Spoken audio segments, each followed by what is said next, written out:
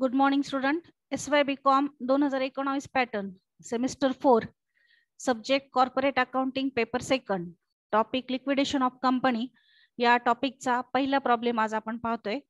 आधी प्रॉब्लेम समजावून घ्या, त्यानंतर आपण सोल्युशनला सुरुवात करूया.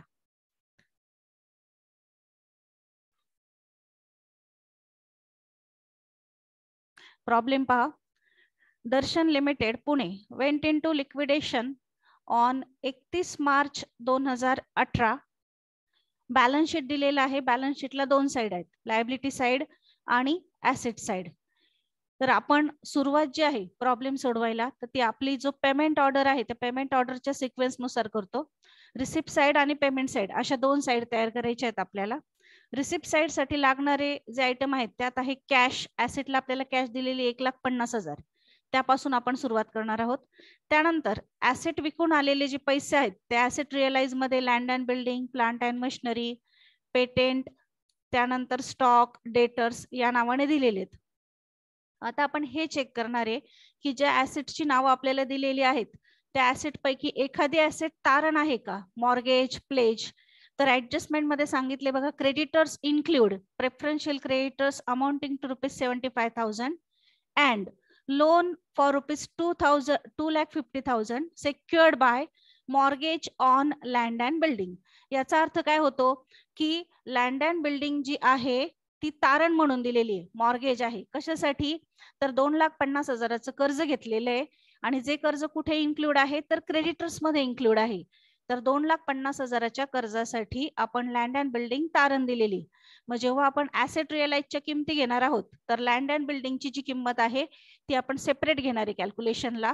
उर्वरित जे ऍसेट आहेत plant and machinery, patent and machinery, stock वगैरे, तर त्या सगळ्या आपण एकदम घेणार आहोत. मग आधी रिसिप्ट साइड आपण तयार करून घेणार आहे. रिसिप्ट साइड साठी स्टेटमेंट आखा. स्टेटमेंटला नाव द्या liquidators final statement of account. Liquidators final statement of account of liquidators final statement of account of Darshan Limited liquidated on तारीख टाका 31 मार्च 2015. कॉलम करा receipt, estimated value rupees, realise value rupees, payment amount rupees याप्रमाणे column करा.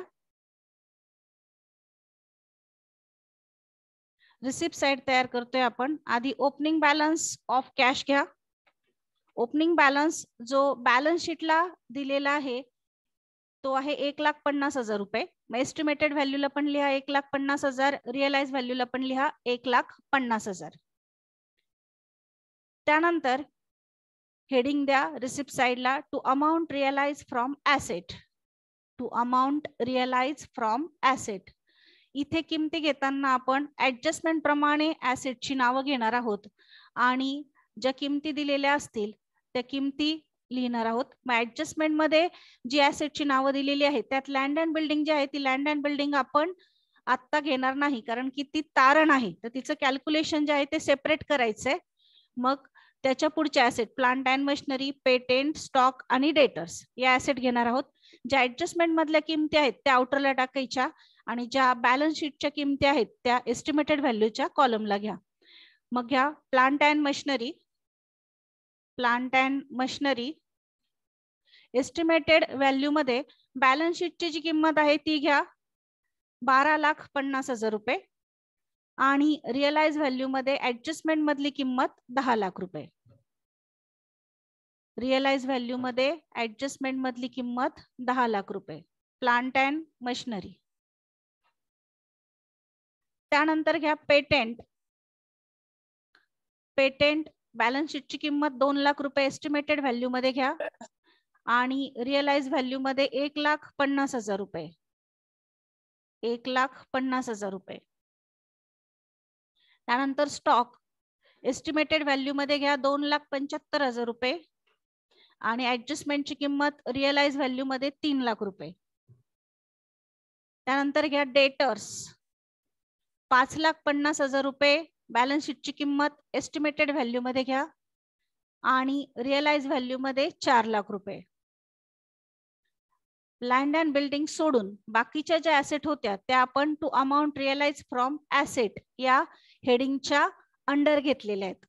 आता land and बिल्डिंगचं calculation करायचंय, त्यासाठी heading द्या surplus from security. Surplus from security. आता सरप्लस फ्रॉम सिक्युरिटी हे हेडिंग का दिलं आपण, तर लँड अँड बिल्डिंग विकून जे पैसे आलेले आहेत ऍडजस्टमेंट मध्ये सांगितल्याप्रमाणे ते आहेत 6 लाख रुपये आणि त्यावर कर्ज जे घेतलेलं आहे जे क्रेडिटर्स मध्ये इन्क्लूड आहे लोन ते आहे 2,50,000 रुपये. म्हणजे पैसे उरतात ते आपल्याकडे, म्हणून हेडिंग द्या surplus from security. Land and building पर्टिक्युलरच्या कॉलम मध्ये घ्या 6 लाख रुपये लेस लोन 2,50,000 रुपये. लेस लोन 2,50,000 रुपये. डायरेक्ट एस्टिमेट रिअलाइज व्हॅल्यूच्या कॉलमला घ्या 3,50,000. दोन्हींची वजा बाकी 3,50,000 हे दाखवा सरप्लस फ्रॉम सिक्युरिटीच्या समोर. आणि लँड अँड बिल्डिंगची जी किंमत आहे 5 लाख रुपये बॅलन्स शीटची किंमत ती लँड अँड बिल्डिंगच्या समोर दाखवा. एस्टिमेटेड व्हॅल्यूच्या कॉलमला 5 लाख रुपये. लँड अँड बिल्डिंगचं कॅल्क्युलेशन आपण सरप्लस फ्रॉम सिक्युरिटी म्हणून केलेलं आहे. पर्टिक्युलर मध्ये 6 लाख रुपये घेतले, त्यातून लोन वजा केलं 2,50,000.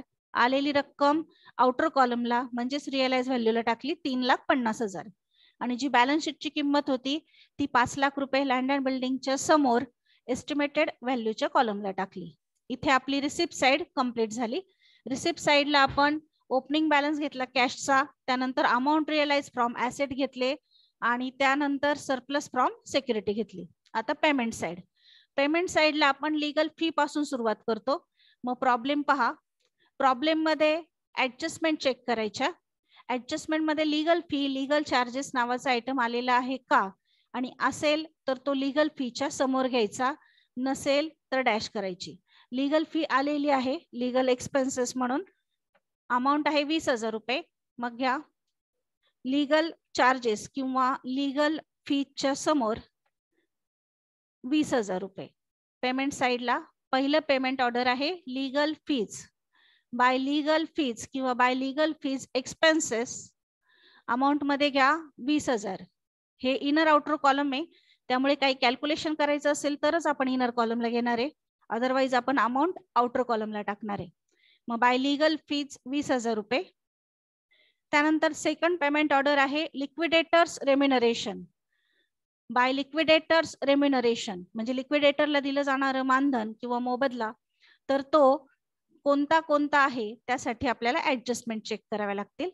मग ऍडजस्टमेंट मध्ये दिलेले बघा, liquidator is entitled to remuneration 3% on all assets realise except cash.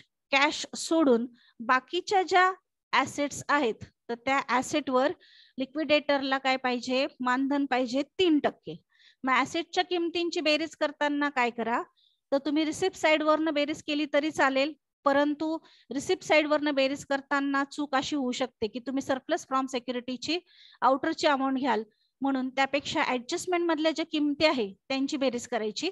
मग ऍडजस्टमेंट मध्ये ऍसेटच्या किमती दिलेल्या आहे. लँड अँड बिल्डिंग 6 लाख रुपये, प्लांट अँड मशिनरी 10 लाख रुपये, पेटेंट 1,50,000 रुपये, स्टॉक 3 लाख आणि डेटर्स 4 लाख.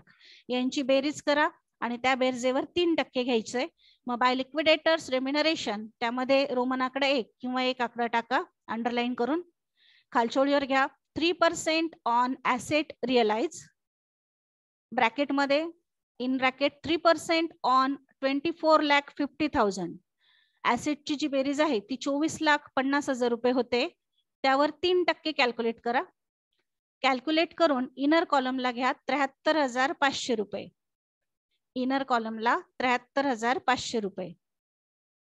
त्यानंतर लिक्विडेटरला आणखी एक रेम्युनरेशन मिळालेलं आहे, ते म्हणजे 2% on amount distributed to unsecured creditors other than preferential creditors.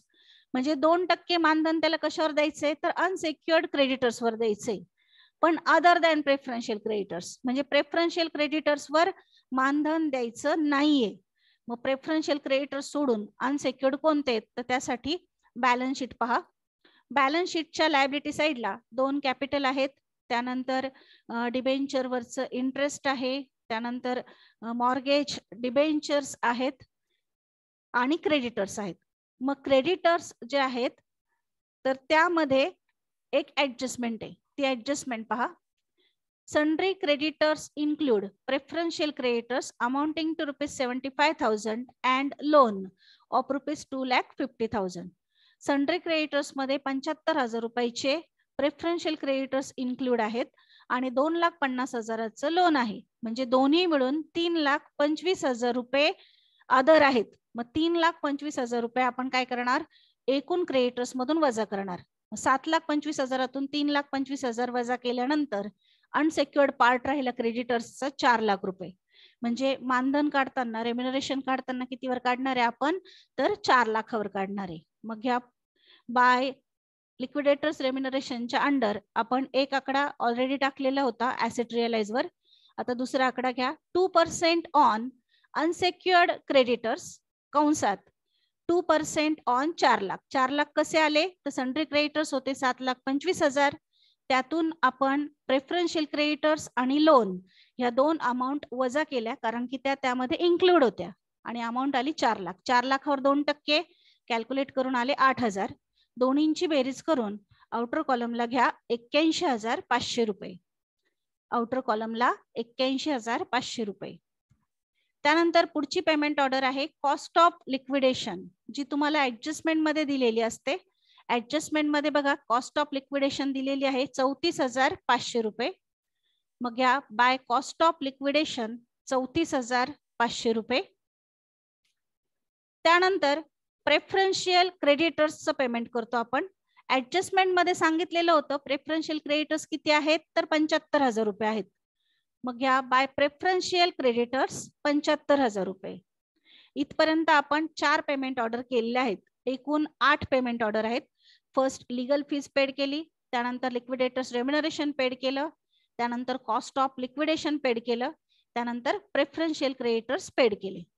आता पुढची payment order by debenture holders. तर डिबेंचर होल्डरला पेमेंट करताना जेवढे डिबेंचर्स आहेत ते पण पेड करायचे आणि प्लस डिबेंचरचं जर इंटरेस्ट असेल तर ते पण पेड करायचं. मग बॅलन्स शीट बघा.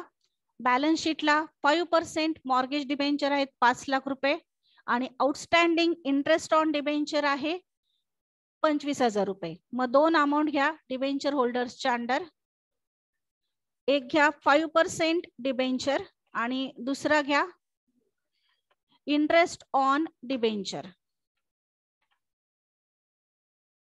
पेमेंट साइडला पुढची payment order by debenture holder, त्या अंडर घ्या 5% डिबेंचर 5,00,000 रुपये आणि इंटरेस्ट ऑन डिबेंचर 25,000 25,000 किंवा आउटस्टँडिंग इंटरेस्ट ऑन डिबेंचर 25,000.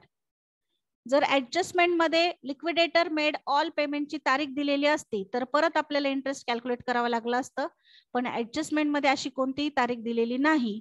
त्यामुळे फक्त डिबेंचरची अमाऊंट आणि आउटस्टँडिंग इंटरेस्ट जे बॅलन्स शीटला दिलेलं होतं ते 2च पेड करा. आउटरला टोटल 5,25,000 रुपये. त्यानंतर पुढची पेमेंट ऑर्डर घ्या unsecured creditors. By unsecured creditors आपण त्याचं कॅल्क्युलेशन ऑलरेडी केलेलं आहे, पण इथे पण कंसात दाखवूया. एकूण क्रेडिटर्स होते 7,25,000, त्यातून 75,000चे प्रेफरन्शियल क्रेडिटर्स वजा केले आणि 2,50,000चं लोन वजा केलं. अमाऊंट आली आउटरला 4,00,000 रुपये. By unsecured creditors 4,00,000. त्यानंतर पेड करायचं प्रेफरन्स शेअर होल्डरला. प्रेफरन्स शेअर होल्डरला पेमेंट करताना प्रेफरन्स शेअर होल्डरला कॅपिटल पेड करायचं, प्लस जर एरियर्स ऑफ डिव्हिडंड असेल तर तो पण द्यायचा. मग ऍडजस्टमेंट चेक करा, इथे कुठे एरियर्स ऑफ डिव्हिडंड आलेला आहे का, तर नाही आलेला. त्यामुळे फक्त कॅपिटल पेड करायचं. बॅलन्स शीटला बघा प्रेफरन्स शेअरचं कॅपिटल किती आहे, तर प्रेफरन्स शेअरचं कॅपिटल आहे 10,00,000 रुपये.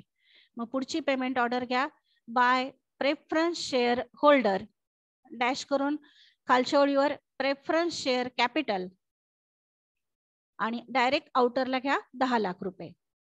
इथपर्यंत पेमेंट केल्यानंतर आपण आपल्याकडे किती कॅश शिल्लक आहे त्याचं कॅल्क्युलेशन करणार आहोत आणि ते कॅल्क्युलेशन करण्यासाठी रिसिप्ट साइडची बेरीज करा. रिसिप्ट साइडची बेरीज करून ती बेरीज आपण पेमेंट साइडला मांडणार आहोत आणि त्यातून पेमेंट साइड वजा करून जेवढे पैसे शिल्लक राहतील ते आपण इक्विटी शेअर होल्डरला देणार आहोत. मग रिसिप्ट साइडची बेरीज करा. रिसिप्ट साइडची बेरीज येते 23,50,000 रुपये. ती पेमेंट साइडला मांडा 23,50,000 रुपये.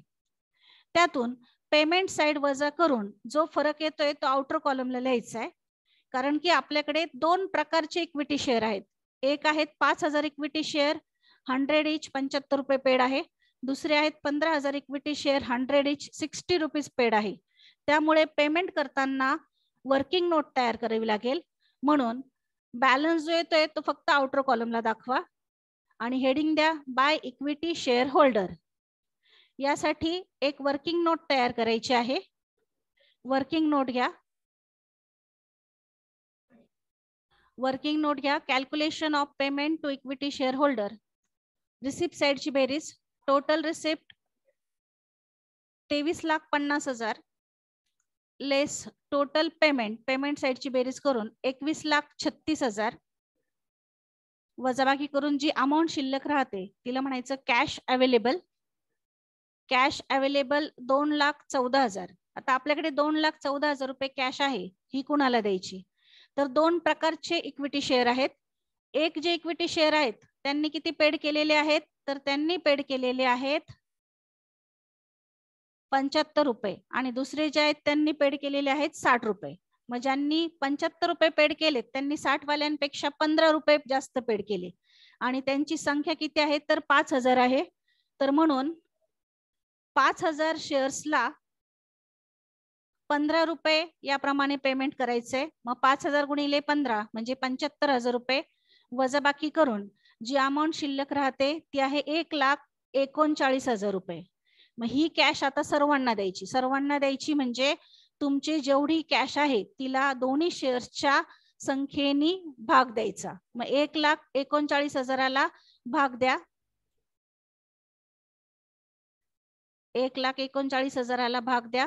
एक शेअरला 6 रुपये 95 पैसे रिटर्न होत आहेत. म्हणून 5,000 इक्विटी शेअर ऑफ 6.95 अमाऊंट मध्ये घ्या 34,750 आणि 15,000 इक्विटी शेअर ऍट ₹6.95 अमाऊंट मध्ये घ्या 1,04,250. म्हणजे एकूण जी कॅश होती आपली 2,14,000ची ती आपण कशी दिली? तर 5,000 शेअर्सला आधी 15 रुपये दिले, नंतर 5,000 शेअर्सला 6.95 दिले. दोन्ही मिळून 5,000 शेअर्स जे आहेत त्यांना 21 रुपये 95 पैसे दिले आणि 15,000 शेअर्सला किती दिले? तर 6 रुपये 95 पैसे दिले. मग स्टेटमेंटला या आणि स्टेटमेंटला लिहा by equity share holder. Underline करून 5,000 इक्विटी शेअर ऍट ₹21.95 इनर कॉलमला 1,09,750 आणि 15,000 इक्विटी शेअर ऑफ ₹6.95 इनर कॉलमला 1,04,250. आउटरला आलेले आहेत 2,14,000 रुपये आणि स्टेटमेंट आपलं दोन्ही साइड ऑलरेडी टॅलीज आहेत 23,50,000ला. याप्रमाणे आपला लिक्विडेशनचा पहिला प्रॉब्लेम कंप्लीट झालेला आहे. थँक्यू. हा प्रॉब्लेम त्यानंतर हे ऍडजस्टमेंट्स हे आपलं लिक्विडेटरचं फायनल स्टेटमेंट आहे आणि ही वर्किंग नोट. Okay, thank you.